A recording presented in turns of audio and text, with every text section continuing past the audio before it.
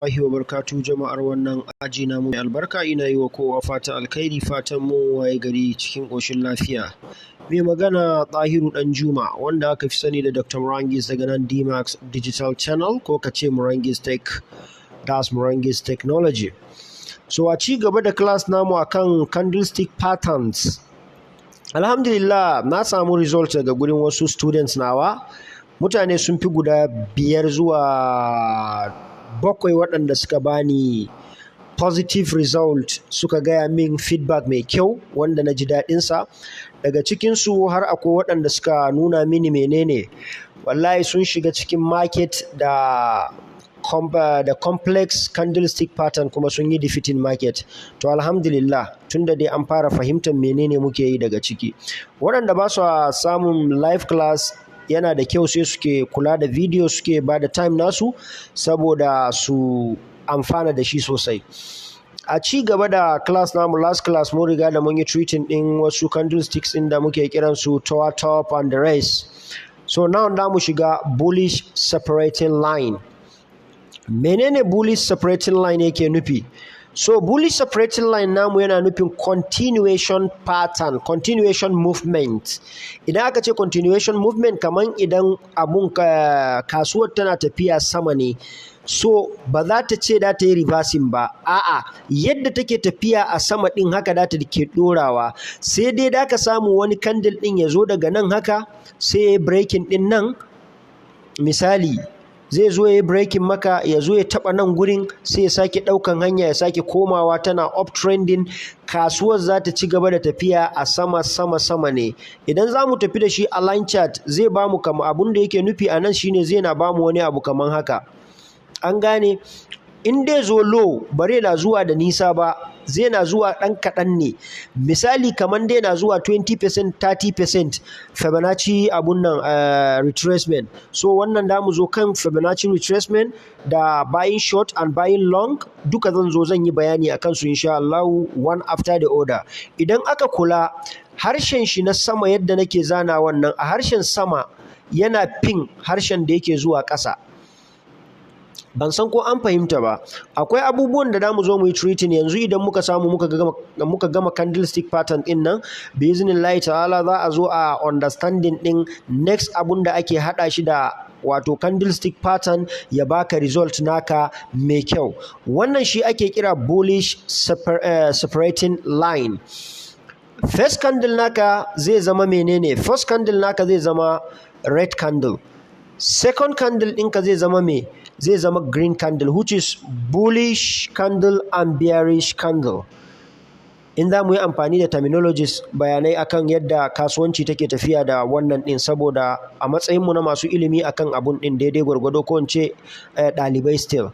So now, menene wannan yake nuna mana? Yana nuna mana cewa kasuwan idan har ka kalli wannan pattern ɗin ya fito yadda ka ganshin nan haka, to yana ma nufin cewa kasuwar za ta ci gaba ne da tafiya. To ya za ka yi ka gane shi a cikin candlestick naka a analysis? Gane shi a cikin kasuwa tana tafiya.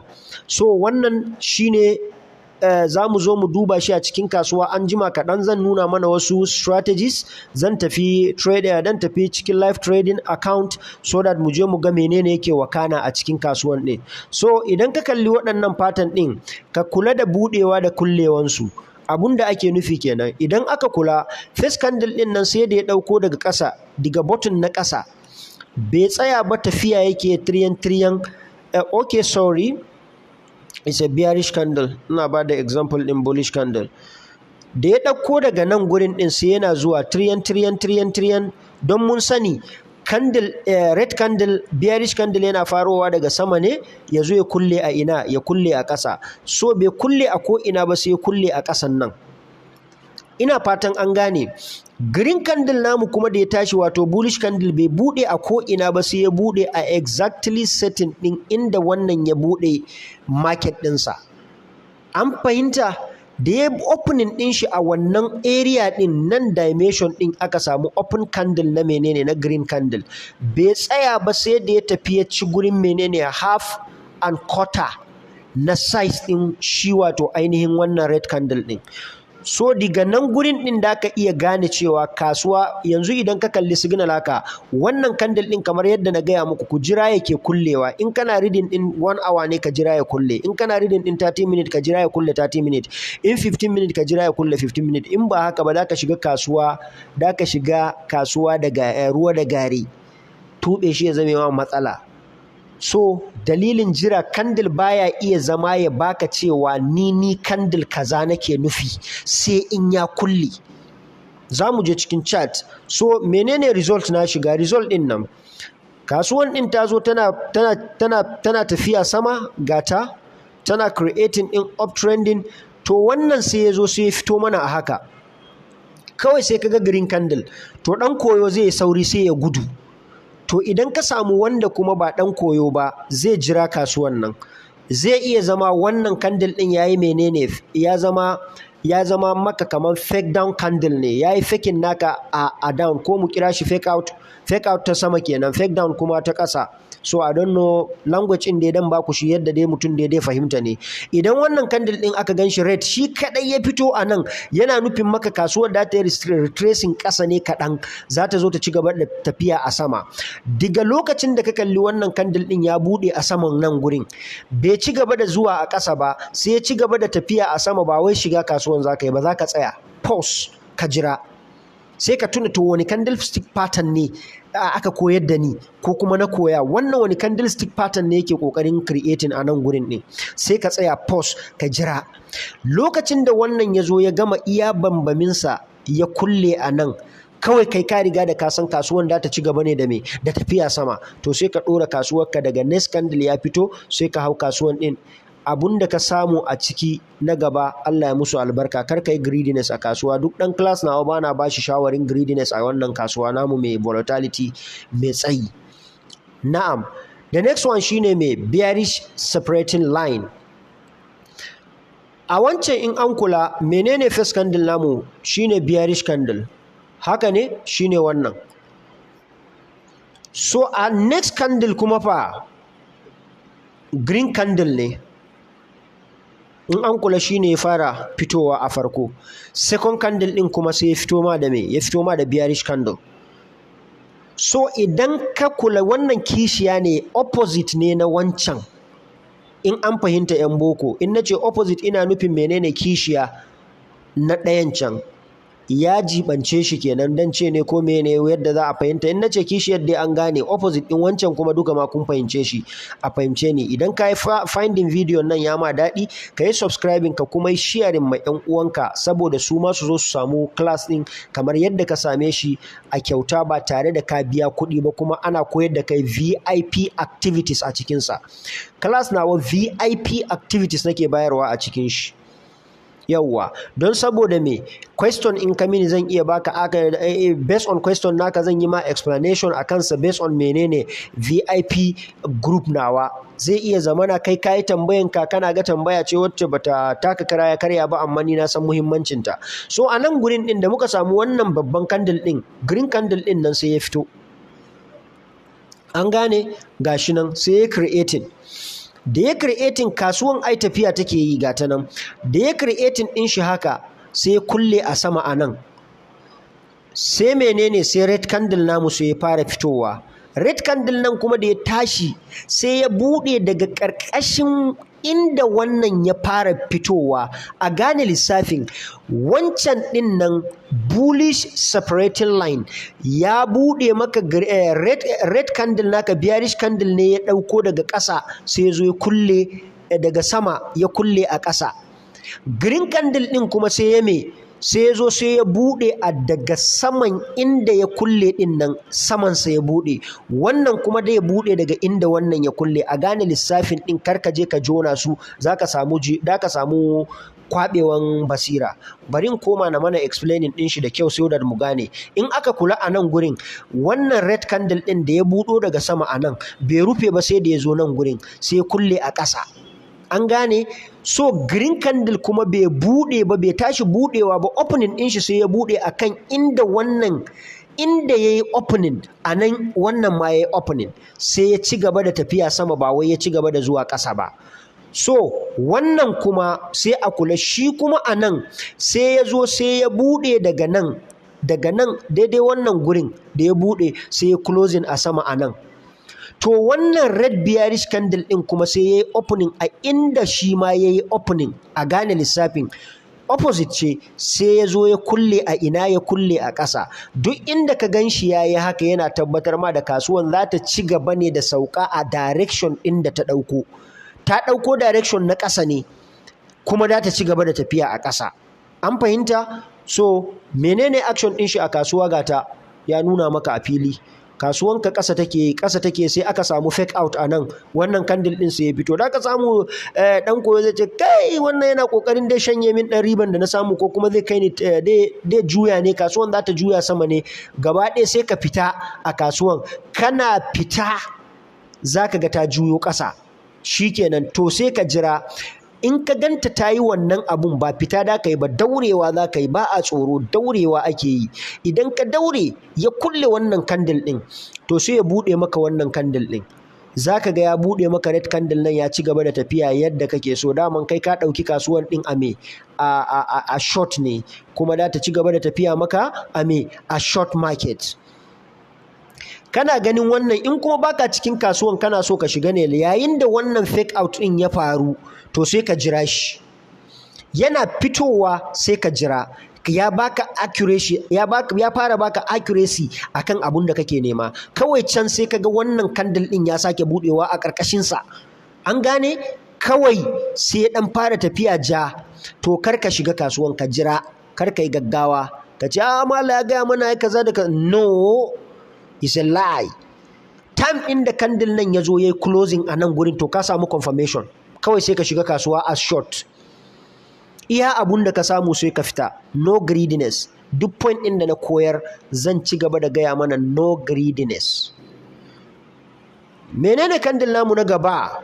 Shine ake kiransa da me? Muna kiran shi da suna bullish on neckline. Bullish on neckline. Menene action ɗin shi? It's a bullish continuation pattern. Again, it's a bullish continuation pattern. A yayin da aka samu wannan candle ɗin ya fito, ya zo ya buɗe daga nan, gata, sai ya zo sai kulle a nan, cap, tun da green candle ne. Me zai faru? Kawai sai aka samu ya sake harba wani red candle a nan. Za ka ce mini ai wannan ya yi jifa irin abun da na faɗa akan wani candlestick pattern a previous class namu. To ba shi bane wannan. Wannan continuation pattern ne. Green candle ne babba, wancan kuma ƙananan candle ne guda biyu. An gane? So wannan da ya zo ya fito, kawai sai kaga ya ja, ya ba da spacing a nan, ya jefa wani candle a nan, kawai sai ya zama ja. Za ka ce kasuwan za ta sauko ƙasa ne? A'a, ba ta nufin haka. Ka jira shi ya gama kullewansa. Da ya gama kullewa, to ya baka pattern ɗinka ya cika cicip. Ka riga da ka samu cikamakin pattern ɗinka da kake nema. To me ya kamata ka yi a kasuwa? To sai ka jira, sai ka ga kasuwar ɗin za ta ci gaba da continuation a inda take. From here, ga ta nan tana baka bullish ne, a nan gurin ɗin sai ya jefa wannan, sai ya razana maka zuciyanka. Za ka gan shi ɗan ƙarami tik. So kasuwanka za ta ci gaba ne da tafiya sama a direction ɗin da ta ɗauko daga fari. Amma a dinga kula da yanayin buɗewan kandil da rufewansa. Wannan yana ɗaya daga cikin abubuwan da suke sa asara a wannan kasuwa tamu mai albarka. So now, in da ka kula, wannan kandil ɗin da ya ɗauko daga nan sai ya zo ya kulle a nan, sai jefa one space sai ya jifa, sai ya buɗe daga sama. To wannan yana da akwai clarity a cikin harkan.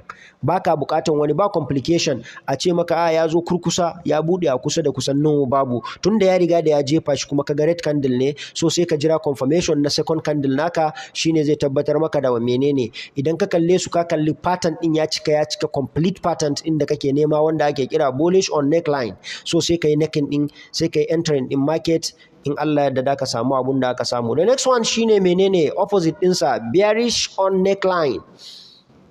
ba wani dogon bayani a kansa, sabili da kada na ja class ɗin ya daɗe, do akwai waɗanda sun ce su gaskiya suna buƙatan class ɗin yake tsawo, suna jin daɗin bayani akan yadda nake musu filla-filla akan wannan al'amari na candlestick mai rikitarwa a wannan kasuwa tamu mai albarka na cryptocurrency da forex.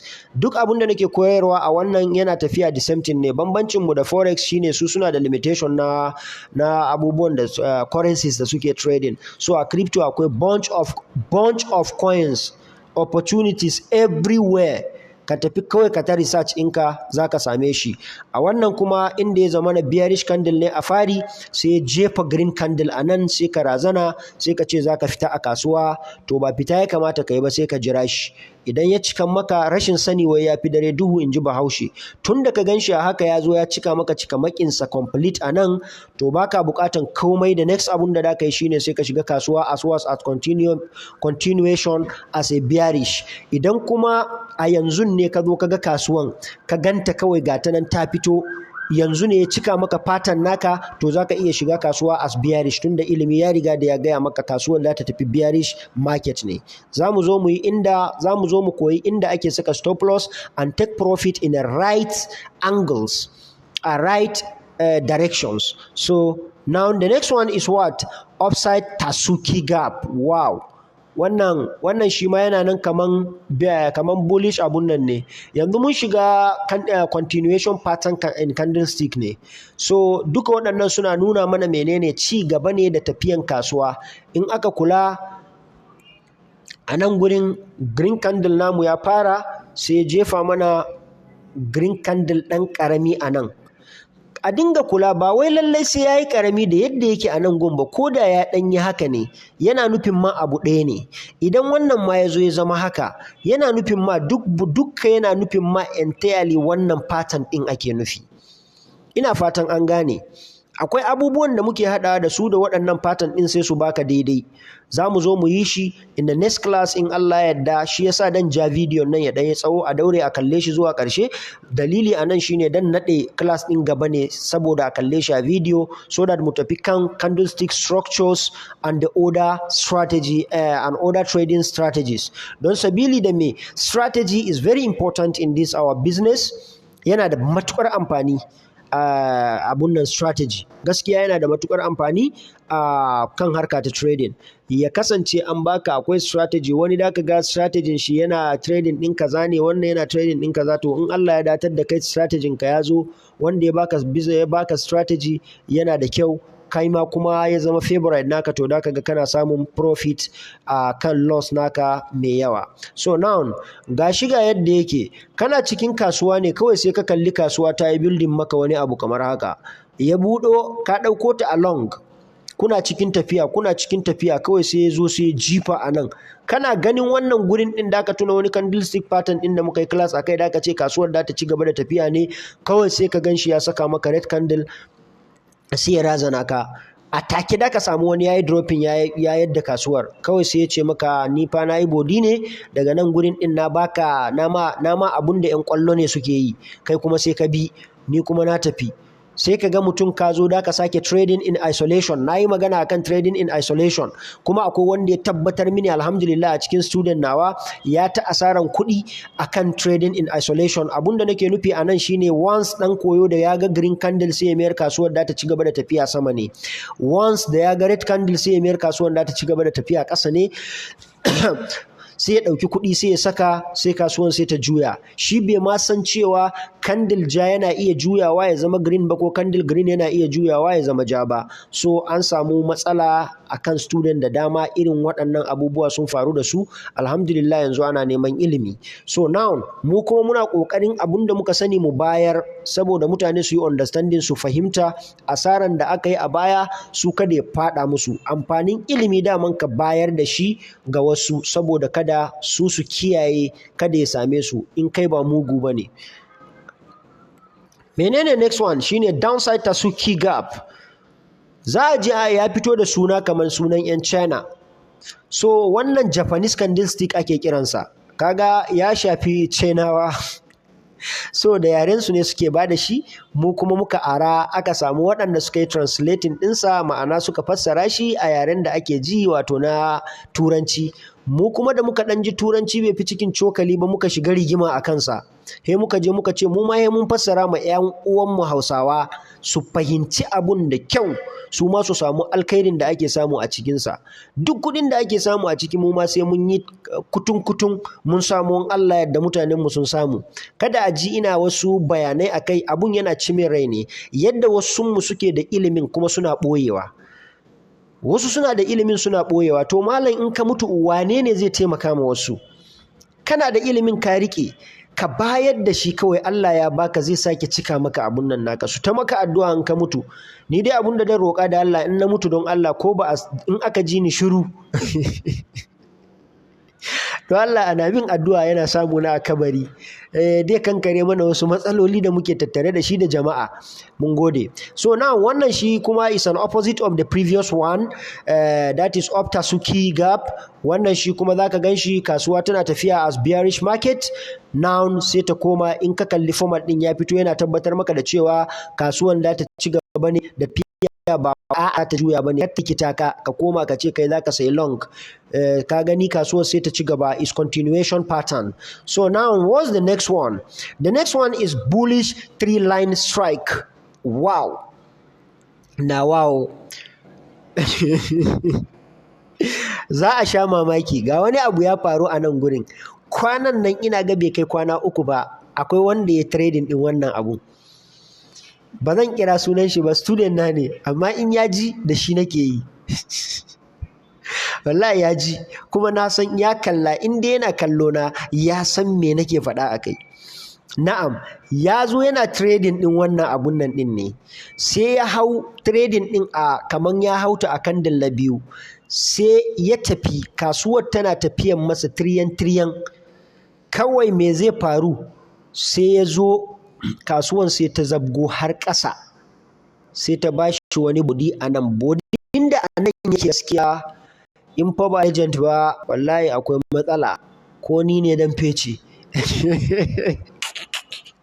To amma yanzu alhamdulillah an samu ilimin. Tunda aka samu ilimin, stop loss naka ya zama yana ƙasan nan.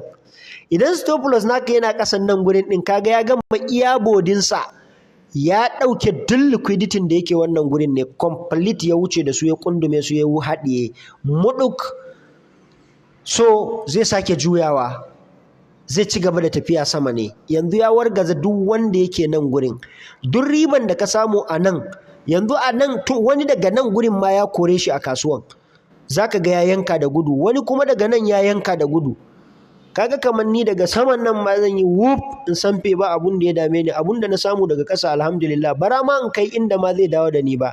Ni am not a person that have greediness, ba ni da wannan yawa. Na riga da na san kasuwan nan ba ta da kan gado, volatility cikinta ya yi yawa.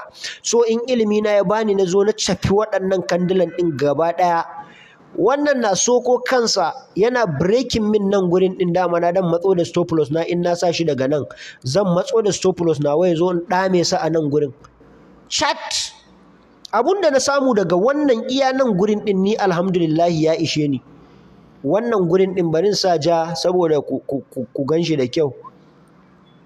Iya nan gurin ni in na samu alheri daga nan kawai alhamdulillah ni ya yi min. Bari in gaya ma secret abunda baka sani ba, da dala 100 in ka shiga a nan gurin kai lot mai kyau, bari in gaya ma ka samu gurin dala 50 zuwa dala 30 ko dala 60. Bari in gaya ma yawwa. So babu wani harkan greediness a harkan nan. Kuma dan ba da shawara a tsaya ana jin bayanai da nake don suna da amfani. Bayanin da shawara da nake so in bayar a nan gurin ɗin, mutum kada ya kasance kana da mugun buri, kamar caca ake yi kawai za a samu kuɗi ne kawai overnight. A'a, karka yaudari kanka. Bari in gaya muku, akwai abun da nake so in ba wa duk wani newbies a wannan harkan. Na farko abun da nake so ka yi shine ka ɗame stopper, ka ɗame leverage naka in future kake yi. Idan future kake yi, ka ɗame leverage naka. Misali da ka shiga kasuwa da dala 100, kada wani ya ce ma wai ka shiga kasuwa da 20x. You dey mad? Baka da hankali ne? ka ɗame bakin aljihunka da kyau, hannunka yana aljihu, kai ƙanƙam sai ka tafi a 3 lot, in dai $100 da ka tafi da shi, ka saka 3 lot, ka ɗauki 3x ɗinka leverage ɗinka, in ka ɗauki 3x ko 2x ma ni in ni ne. Sabili da me, barin kai ku, han ba ku example, accident yana faruwa ne yayin da zuciyar direba ya buga. Idan har zuciyar direba zai razana, wallahi zai yi accident ɗin, kuma accident baya kai 1 minute. Taking note of this, ba accident ɗin da yake kai 1 minute. In dai kai 1 minute bare faru ba. Ban san ko kun fahimce ni ba, amma ka je ka sake research. Ni ilimi na kaɗan ne, abinda kawai ilimi na ta bani kenan, kuma na yi lissafi a kai na bi kuma na samu haka ne. So ni yanzu a guri na is a law, not my theory. So idan har ya zama na ka shiga kasuwa da dala 100, tsakani da Allah dan annabi gaya min gaskiya, kwan nan sai ka zo ka samu riba da dala 100 nan har nan gurin, kasuwan nan kawai sai ya juya sai ya dawo nan gurin, dan Allah dan annabi tsakaninka da Allah ranka zai yi daɗi yanda ya kwace riban nan a take? Ba zai ma daɗi ba. Idan kuma ka shiga kasuwan nan daga nan ne, kai ka san loss ɗin da kake ciki daga wannan gurin kuwa? Ka san wani loss ne daga nan zuwa nan gurin kuwa? Loss ɗin yana da yawa. To amma da ka tashi sai ka saka, sai ka gan shi ya fitar da wani dogon red candle, kana tafiya a up trending market, sai fitar ma da dogon red candle gaba ɗaya tsawonsa ya kai tsawon wayanka, amma yana cin dala 4 kuma dala 100 ka sa. Me zai daga ma hankali? Zaka ce wallahi zaka jira kasuwan nan, ba ta sha da yawa. Ban san ko an fahimta ba. Kasuwan da ta tashi sai ta shaka dala 8 a duk saukan da yayi, sai ta sake juyowa. Za ku tafi direction ɗin da ya kamata kake so, kake na'am da shi. To tsakani da Allah sai ka shiga kasuwa, da ta juyo sai ta fara baka profit. Profit ɗin da ta ɗauka ta baka nan kuma ta baka profit ɗin ya koma opposite, ka samu profit na $5. Calculate it 5 times 30. Ni ba mathematician bane, ban san maths ba. Ka kirga mini 5 times 30 nawa zai baka. Idan ka buga sai ka kirga shi times 1720 ko 710. Ka buga shi nawa zai baka. Wani ma'aikaci ne wanda kuke da shi a ƙasanka wanda ya gama digiri? Ba kadaran ku kenan ba, kowane yaro ya tashi wai digiri. Ka gama iya digirin ka, mu muna nan da professional certificate muna mulmula, har professors suna ɗaukan class. Wannan baiwa ne. Kawai roƙi malam, roƙi albarkan ilimi, kar ka kuskura ka roƙi dogon karatu. A Najeriya a shawarce, in zan baka shawara, kar ka ɓata ma kanka yanzu ma time a maganan wai kai da ka tafi education line. No, ilimi yana da kyau, amma malam kada ka, akwai outdated courses. Bari in gaya ma, wani ya je yana baka wani shawara wai business public admin, business admin, waye admin. Kawai malam koma gefen ka ɗauko wanda business admin, yes, ka ɗauko wasu courses ɗin da suke na related to ICT. Malam kaga kuɗaɗe da ake samu a sama. Iya wayanka na naira 40,000 ya ishe ka haɗa office ɗinka a sama. Yaushe da ka zauna kana waiwayen gwamnatin Najeriya a yanzu a yadda take? Ba zagin gwamnati nake yi ba, amma ni ina ba wa 'yan uwana youth ne shawara. Yawa, ba amfanin ka zauna kana ɓata wa kanka time. Wai ka ce wai kai you are waiting for the government to do something to you. No.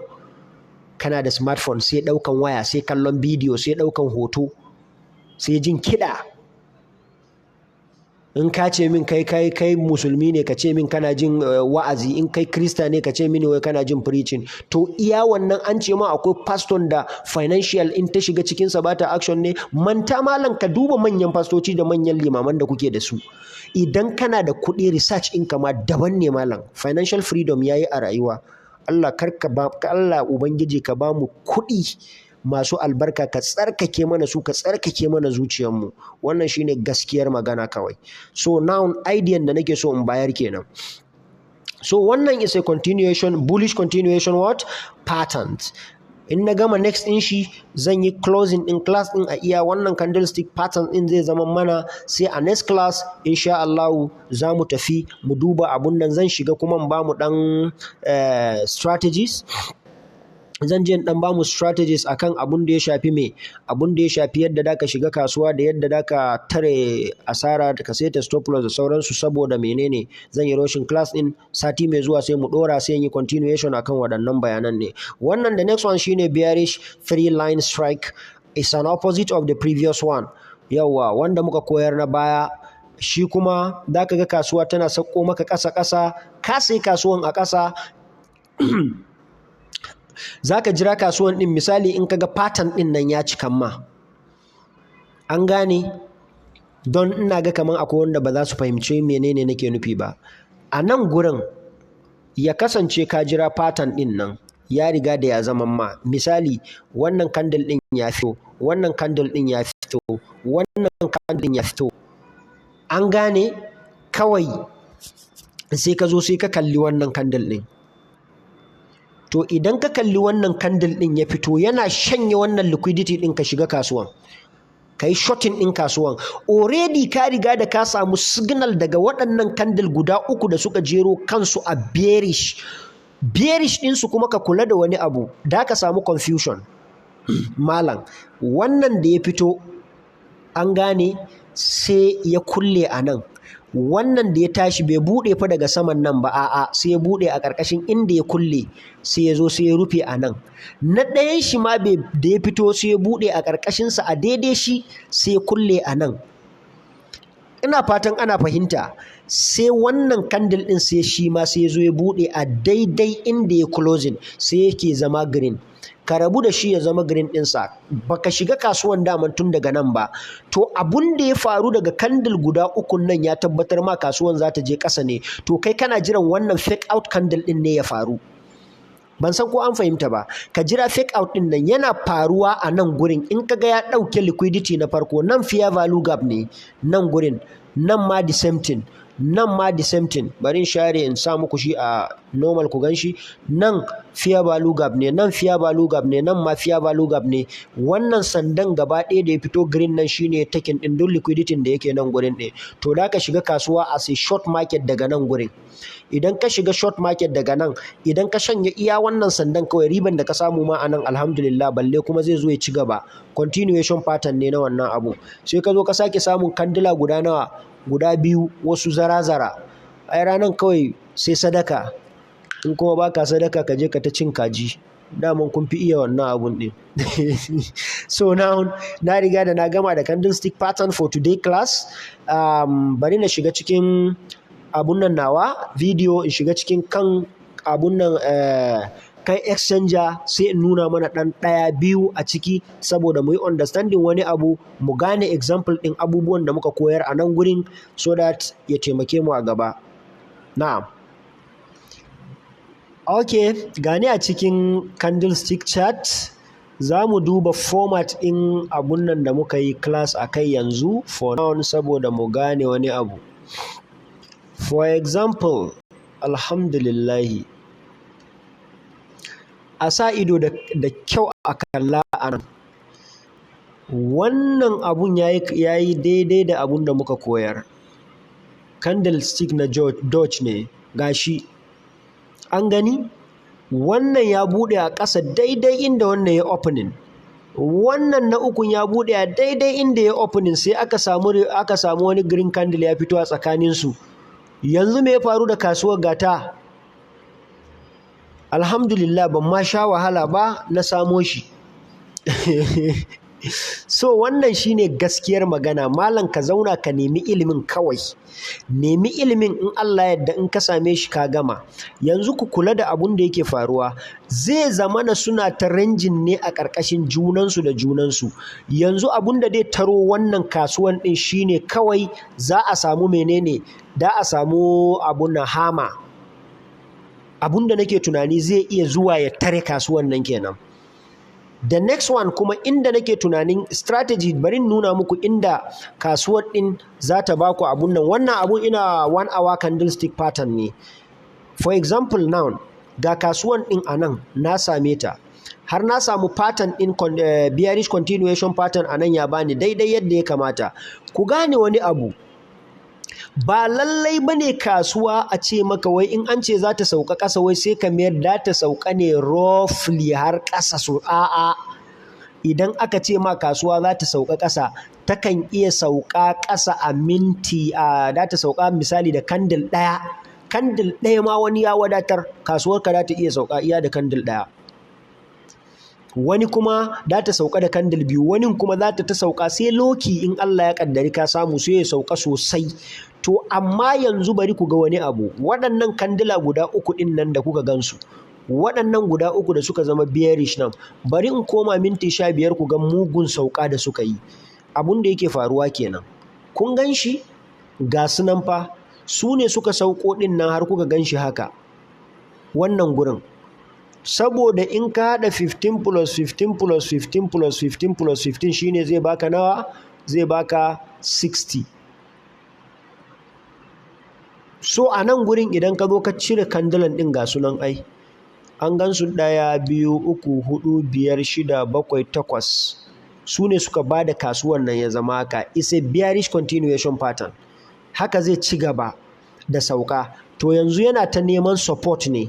Ina ne zai samu support? To sai ka koma higher time frame. Kana 15 minutes sai ka koma higher time frame. Nan ne za ka je ka samu possible area da kake tunanin kasuwarka za ta iya sauka, za ta iya tsayawa. To kasuwan nan a yadda nake expecting ɗinta shine me? Za ta iya zuwan min nan gurin, idan ta yi tapping nan gurin ɗin kasuwan zai iya juyawa. Da menene reason nawa? Reason nawa shine wannan gurin ɗin ga nan support a nan gurin. Inda nan ya zama support area na nan gurin. An gane? Nan dama resistance ne. Menene ake nufi da support and resistance? Me ake nufi da support and resistance? Ma'anan support and resistance shine inda kasuwa ta zo a ƙasa gaba ɗaya da inda kasuwa ta zo a sama gaba ɗaya. Inda kasuwa ta zo a sama gaba ɗaya sunan shi resistance, inda kasuwa ta zo a ƙasa gaba ɗaya sunan shi support. To akwai abun da yake faruwa, kana kirga support and resistance naka ne daga ina? Market structure. A nan gurin ɗin misali zan bada, daga nan gurin ɗin kasuwan nan yanzu ga support ɗin ta, da ta taso yanzu ta zo nan gurin sai nan ya zama resistance. An gane? Da ta sako nan gurin sai ya zama support, da ta komo nan gurin yanzu nan gurin ya zama resistance. Idan kuma bai kai can tsawo ba, can shine zai zama higher high, nan zai zama higher low naka, ƙasa support ɗinka kenan. Kasuwa a yadda take tafiya kenan, idan ta yi creating maka ɗaya za ta yi creating ma ɗaya, in ta yi creating ɗaya za ta yi creating ɗaya. To ya rage naka kai kuma ka yi amfani da candlestick pattern ka gane wani irin pattern na kasuwa ne wannan yake tafiya. Akwai uptrend market, kasuwarka za ta na tafiyan ma haka. An gane? Akwai downtrend market, kasuwarka za ta na tafiyan ma haka. An gane? That is downtrend. Ina gaba ku shi ba, downtrending kasuwa za ta na tafiya haka. An gane? To akwai masu cin kasuwa a haka. Akwai sideways. Sideways kuma shi kangaroo movement, da ta na tafiya ma haka. Sai ta tabo nan, wani ba za ta tabo ba, amma dai H in bare na zama akwai dogo tsakanin su ba. Movement na kasuwa kenan guda uku. To kana buƙatan a ce ka san waɗannan market movement ɗin. An gane? Zan zo na mana fashin baki na mana bayani akan waɗannan layukan ɗin insha Allahu, amma don yanzu class ɗin na kusa na rufe shi don time na waya kusa yayi, zan kulle class ɗin. Waɗannan layuka guda uku ɗin ga sunan, they are very important. Su ne ake kiransu a abun nan MA ko kuma AMA ko kuma ka kira da RSI, ana kiransu da wannan. So waɗannan abun zan zo na mana bayani a kansu yadda za a fahimce su da kyau. In aka fahimce su ma da su za ka iya trading ɗin kan Allah ya yarda, shine gaskiyar magana kawai. So support and resistance is very important. Ina ga kamar next class in nayi coupling ɗin waɗannan candlestick pattern ɗin, za mu shiga support and resistance, that is the fair value gap. Za mu zo mu yi amfani da menene SMC, smart money concept, duka yadda za a samu ɗan dai kai kan dai a samu alheri a kasuwa daidai gwargwado na rufin asiri. Idan an samu bidiyon nan ya yi muku daɗi, so don Allah ka yi promoting ɗin channel ɗin, ka kuma tura ma 'yan uwanka ka yi sharing musu saboda su ma su samu abin da ake samu akan wannan channel ɗin. Idan ka duba ƙasan bidiyon nan da ka samu menene, za ka samu link na, akwai link na VIP group nawa, akwai link na WhatsApp group, akwai link na Telegram, duka gabaki ɗaya. A nan up recent kuma ina ƙoƙarin gama build up na website ɗina wanda zan bayar da ka shiga kake research in Allah yadda, waɗanda suke ma'abota karatu. Duk class ɗin da na bada shi a video ko audio in Allah yadda za a same shi. Thank you for watching. Ina miƙa godiya na ga baki ɗaya followers nawa. Thank you.